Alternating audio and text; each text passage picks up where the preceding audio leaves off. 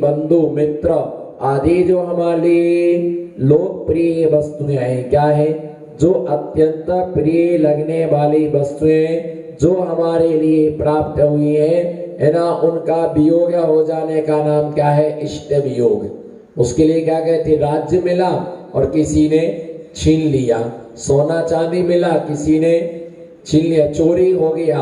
तो ऐसे जो इष्ट वस्तु, इष्ट का मतलब जो हमारे मन को अनुरंजित करने वाली है, क्या करने वाली है, बोलो, जो हमारे मन के लिए अनुरंजित करने वाली है, प्रिय लगने वाली है, अच्छी लगने वाली जो वस्तुएं हैं है ना, उन वस्तुओं का वियोग हो जाना। संसार का नियम ही है कि जो वस्तु सबसे प्रिय होती है वो सबसे पहले छूट जाती है। बोलो, जो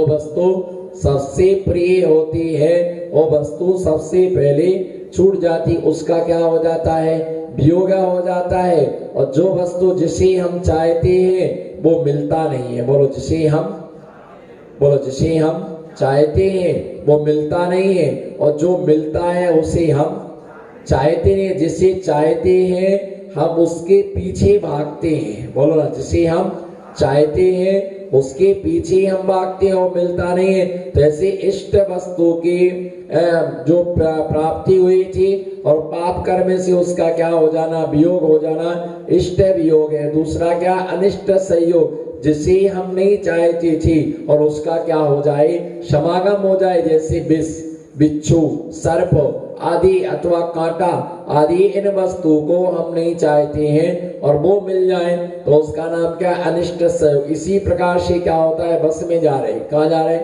बस में यात्रा कर रहे हैं और हम चाहते हैं कि जगह हम रोक के रखते, भैया इधर मत बैठना, हमारे रिश्तेदार आने वाले, हमारे खास आने वाले, और मान लो वहां पर कोई नहीं आया वहां पर, तो वहां पर क्या है, कोई दूसरा आकर के बैठ गया, आपकी इच्छा नहीं थी, तो आपको कितनी संक्लेशता होती है। आपके मुंह सुकोड़ते हैं, कहीं नाक सुकोड़ते हैं, कहीं मुंह इस तरफ करते हैं, कैसा जैसे बदबू आ रही हो, है ना, अनेक प्रकार से ऐसी क्रिया करती है अनेक प्रकार से, क्या वो यहाँ से क्या हो जाए, केन प्रकार वो यहाँ से क्या हो जाए, चला जाए। लेकिन वो जाता नहीं है, वो तो क्या है, बैठा है आराम से, और आपकी इच्छा नहीं, आप इधर मुंह करते उधर। इसका नाम है अनिष्ट संयोग। इसका नाम क्या है, बोलो, इसका नाम क्या है, अनिष्ट संयोग। क्योंकि वो तुम्हारा मित्र नहीं है और तुम निरंतर क्या विचार कर रहे हैं, ये यहाँ से कब चला जाए। बोलो, यहाँ से कब चला जाए, यहाँ से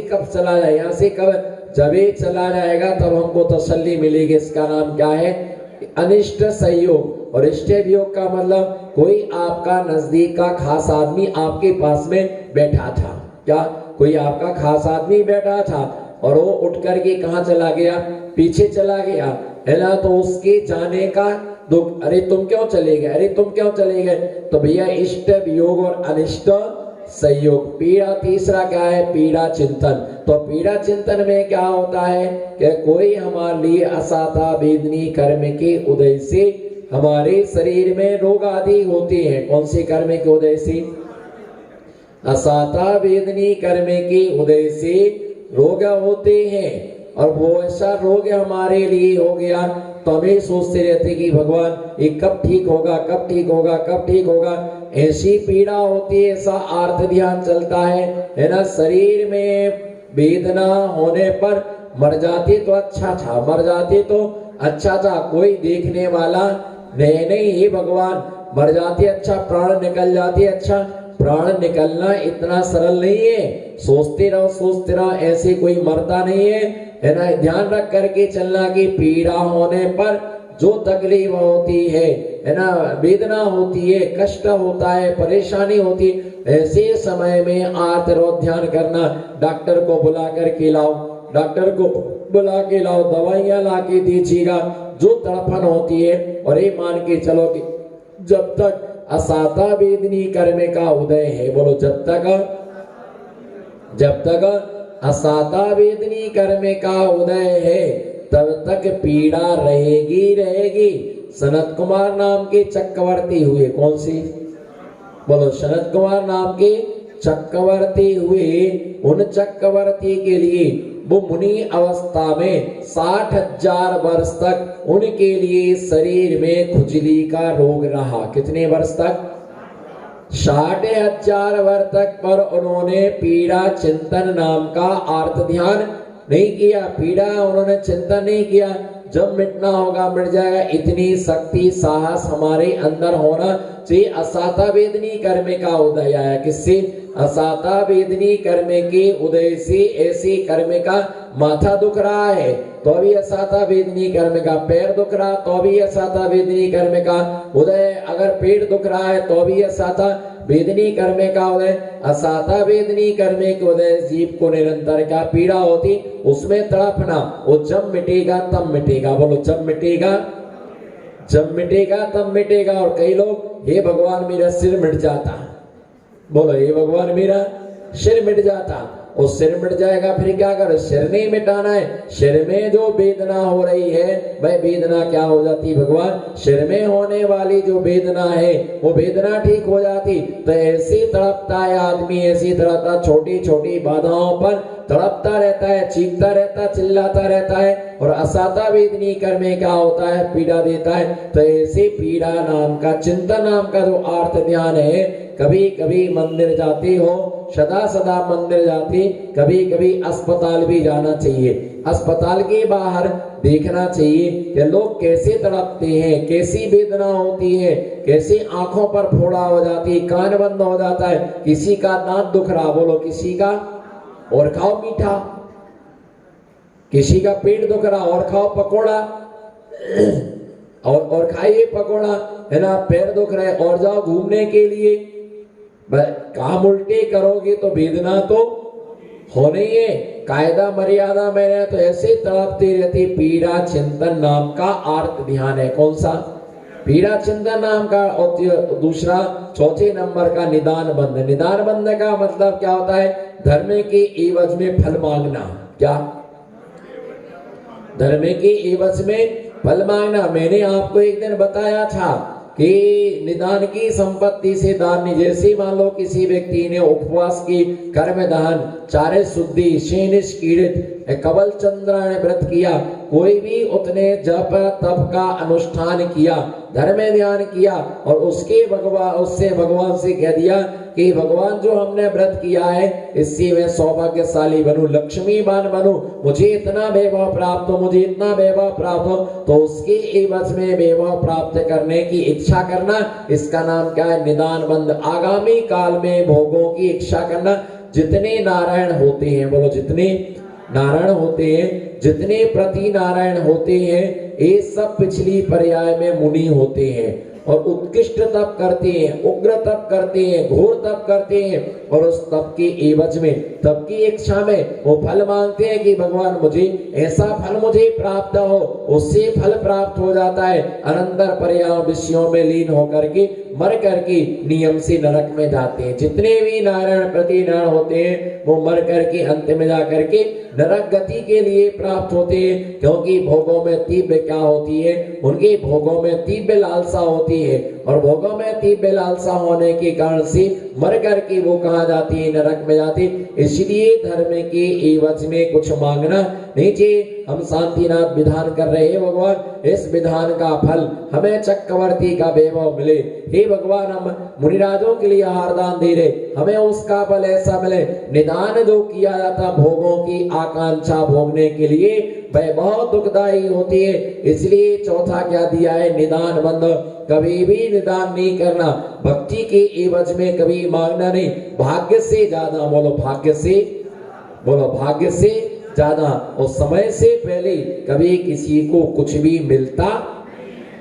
लाख जतन कर लेना, बोलो लाख, बोलो लाख जतन कर लेना, बोलो ना लाख जतन कर लेना। वैसा जी लाख जतन कर लेना समय से पहले, और भाग्य से ज्यादा कभी भी कुछ मिलता।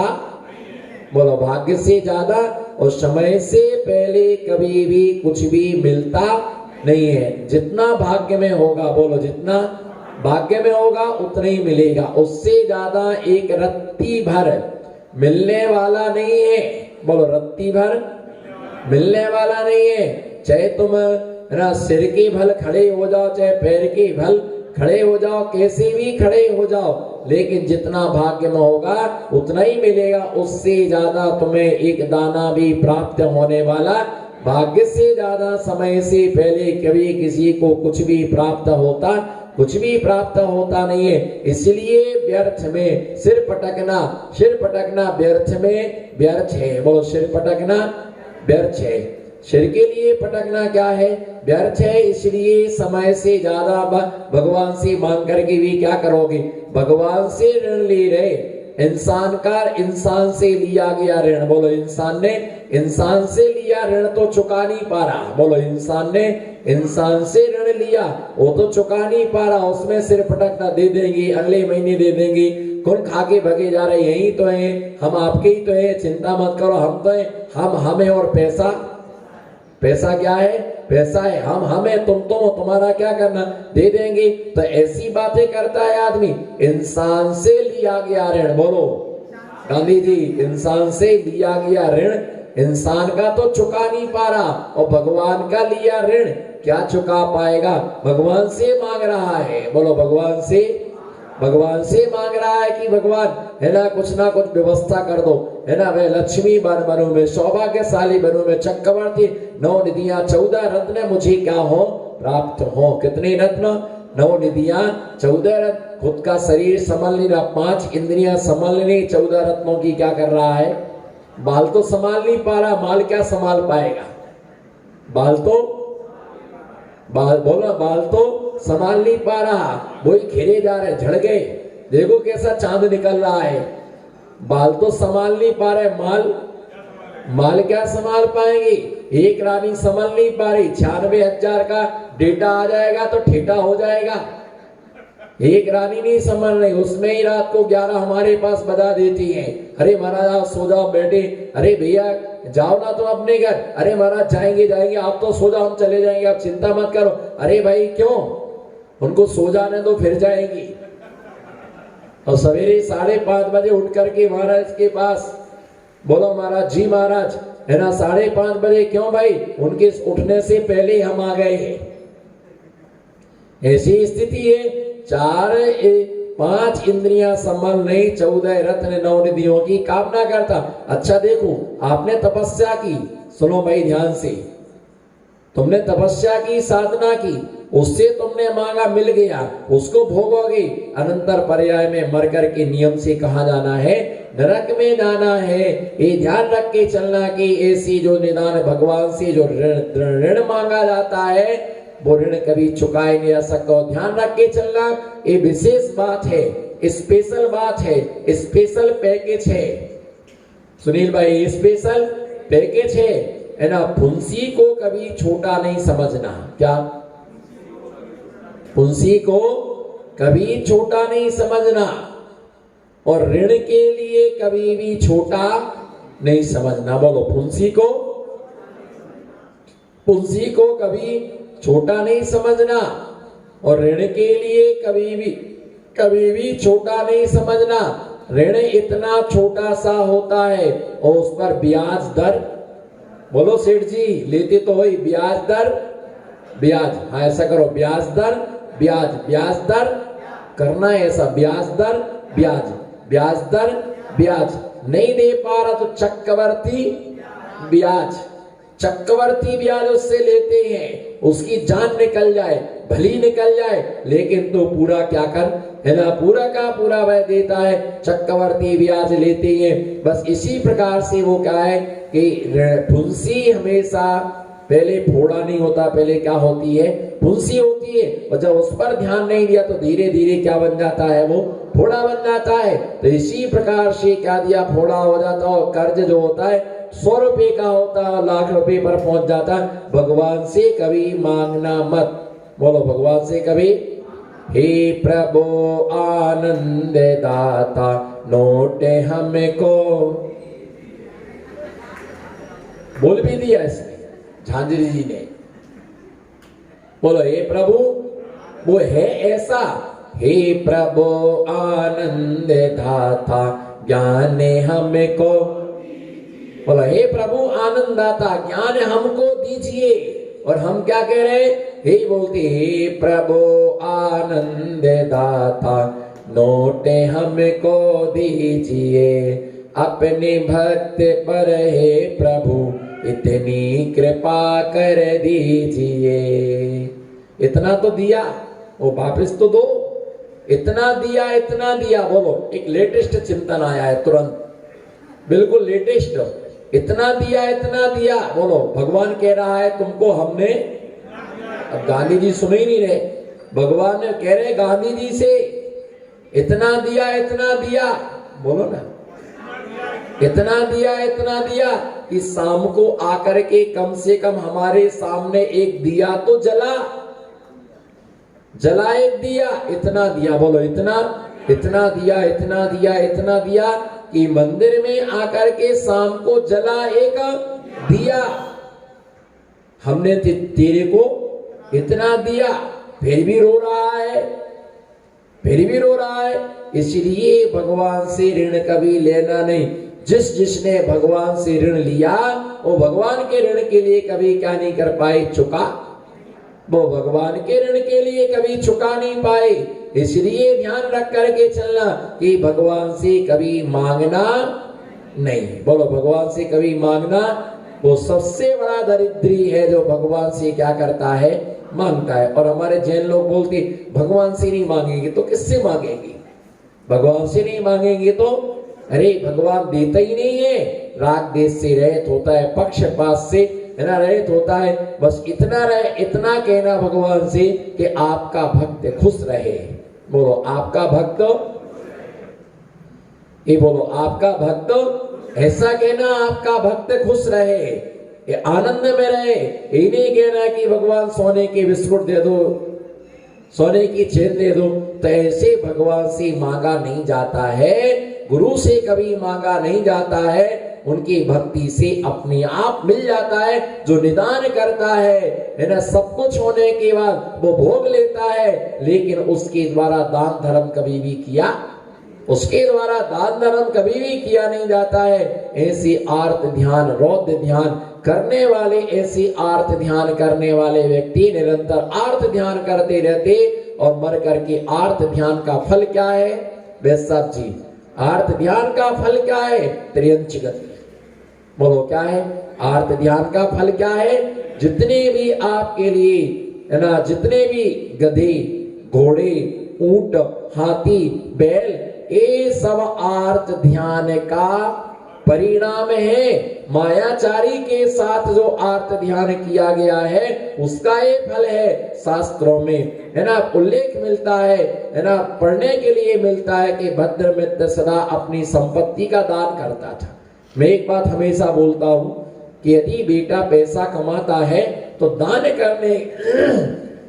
करने के लिए उसे पिता से पूछने की आवश्यकता, सिर्फ बताना कि पापा हमने ये दान दिया है, वो उनसे पूछना नहीं। उन्हें बताना बड़े होने के कारण से पिताजी मैं इतना दान दे रहा हूं, बस है ना, उनको बता देना, पर पूछना नहीं। पूछने का मतलब मना कर दिया तो फिर करना नहीं। यदि पिता की संपत्ति से दान करते हैं तो फिर गुल्लक में डालने के लिए पूछना कि पिताजी डालें कि नहीं डालें, और यदि खुद कमाते तो पूछने की आवश्यकता नहीं है। तो ऐसे वह भद्रमित्र स्वयं पैसा कमाता था और अपनी संपत्ति का अपने हाथों से वो दान करता था। तो उसकी सुमित्रा नाम की जो माँ थी, तो वो माँ उसके लिए दान देने से हमेशा क्या करती थी? मना करती थी। घर में एक ना एक व्यक्ति ऐसा जरूर होगा आपके घर में, आपका तो है ना एक आदमी, हाँ बिल्कुल है, पक्का है, सच स्वीकार कर लो, आपके घर में एक आदमी तो ऐसा, झांझरी जी, एक तो होगा ही होगा। अगर मान लो आदमी के दान देने के भाव होते तो औरत भी से होती मत दो, जरूरत पड़ेगी। फिर कोरोना आ गया तो क्या करेगा? फिर अस्पताल के लिए सबको ही बचा के रखता है। बोलो, अस्पताल के लिए सब बचा के रखता है, मेडिकल के लिए सब बचा के रखते हैं, लेकिन धर्म ध्यान को कोई बिरला बचा के रखता है। अगर दान देने के लिए उसकी माँ मना करती, बेटा दान देता था और वो उसकी माँ मना करती थी कि याचक जनों को दान नहीं देना है, किसी को कुछ भी एक फूटी कौड़ी मत देना, एक दाना भी किसी को नहीं देना, अपने अपने भाग्य का सबका जी। उसने बहुत मना किया लेकिन वो मानता नहीं था, जिसकी जो प्रवृत्ति है वो मानता नहीं, वो दान देता था सबके लिए, माँ के लिए। ऐसे अशुभ कर्म का बंध हुआ, ऐसे अशुभ कर्म का बंध हुआ, ऐसे अशुभ कर्म का बंध हुआ कि मर करके वो व्याग्री हुई। देने वाला दे रहा और देखने वाला आर्तरो ध्यान कर रहा है। भैया कभी भी किसी को दान धर्म में बाधक नहीं करना। इसी प्रकार से शेष नाजा क्रोध मान माया आदि निदान बंद करके मर के हाथी हुआ। शिव भूति का जीव द्वारा सर्प के द्वारा वही काटा गया और फिर आर्त ध्यान से मर करके तिर्यंच गति आदि के लिए प्राप्त हुआ। तो ऐसे जो आर्त ध्यान है वो तिर्यंच गति का क्या है, कारण है। जैसे आर्त ध्यान कैसे बनता, बेटी का जाना, बोलो बेटी का इष्ट वियोग। क्या इन माताओं की विचित्र दशा तो देखो, बेटी का जाना, बोलो ना, हम आपकी तरफ देख रहे हैं, बेटी का जाना, इसका नाम क्या है, इष्ट वियोग। अरे मेरी बेटी चली गई, इतनी अच्छी थी, इतनी अच्छी थी, इतनी अच्छी बेटी थी, क्या रोटियां बनाती, हमें चिंता ही नहीं रहती थी, चौका तो 10 मिनट में तैयार कर देती थी। किसके सामने बोल रहा है, बहू के सामने। किसके सामने बोल रहा है, ऐसी बेटी थी, ऐसी बेटी थी जूही। क्या नाम क्या था, अरे जूही, ऐसी बेटी थी, ऐसी बेटी थी, और रोने लगी। आंसू कुछ भी नहीं आया, बेटी के जाने का दुख, इष्ट वियोग, और बहू के आने का दुख। हाँ, अब आपको खबर पड़ी, सही है, ऐसे थोड़ी संसारी, पक्के संसारी है। बेटी के जाने का, सच बताओ, झूठ मत बोलना, झूठ मत बोलना, चौमासे का फल नहीं मिलेगा।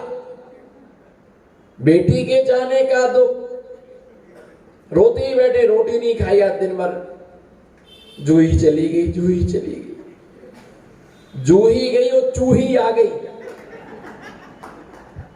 जूही गई और बहू का नाम क्या है, चूही, और बेटी का नाम क्या है, अबे आ गई, वो चली गई, ये आ गई नागिन, डायन, घर को मिटाने वाली, घर को खाने वाली, काम नहीं करती कुछ भी। देखो 2-3 सासों के मुंह, बोले सही बता रहे महाराज, ऐसी बहू है मेरी तो क्या करे, पहले महाराज नहीं मिले ना, हम तो महाराज बन जाते, हमारी किस्मत में ही। बोलो, तो देखो इनकी बातें देखना, सास भी ऐसी मिली और बहू भी, बोलो ना, ऐसा तो ऐसी साथ दो ना मेरा, सास भी ऐसी मिली, सुहा सास से सुख नहीं मिला, और बहू भी यहाँ ऐसी मिली, थी अच्छी थी बीच की, थी अच्छी थी बीच की, सास भी खराब मिली और बहू भी क्या मिली। अरे सास को अच्छा करने के लिए, बहू को अच्छा करने को खुद को अच्छा बनना पड़ता है। अब हम क्या करें, हमारे दोनों तरफ अकाल बैठे हैं, हमारे दोनों तरफ, मैं क्या करूं, बोलो ना, मैं क्या करूं, मेरे दोनों तरफ, अंकित भाई बोलो, मेरे दोनों तरफ अकाल बैठे। समाधि का तो नाम ही नहीं सुनाई दे रहा है, दोनों तरफ क्या बैठे हैं, अकाल बैठे हुए। सास भी ऐसी मिली और बहू भी ऐसी मिली, तो उसको लेके आर्त ध्यान करते रहते, आर्त ध्यान करते रहते।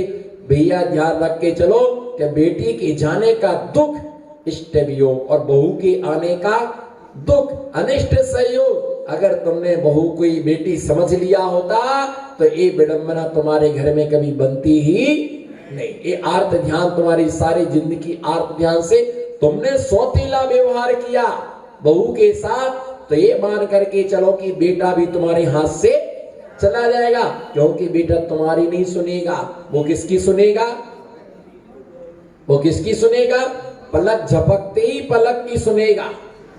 बोलो ना, पलक झपकते ही, भाई बोले ही नहीं ना, मेरा साथ ही नहीं दे रहा, मैंने क्या बोला, पलक झपकते ही इनकी माया यही जाने,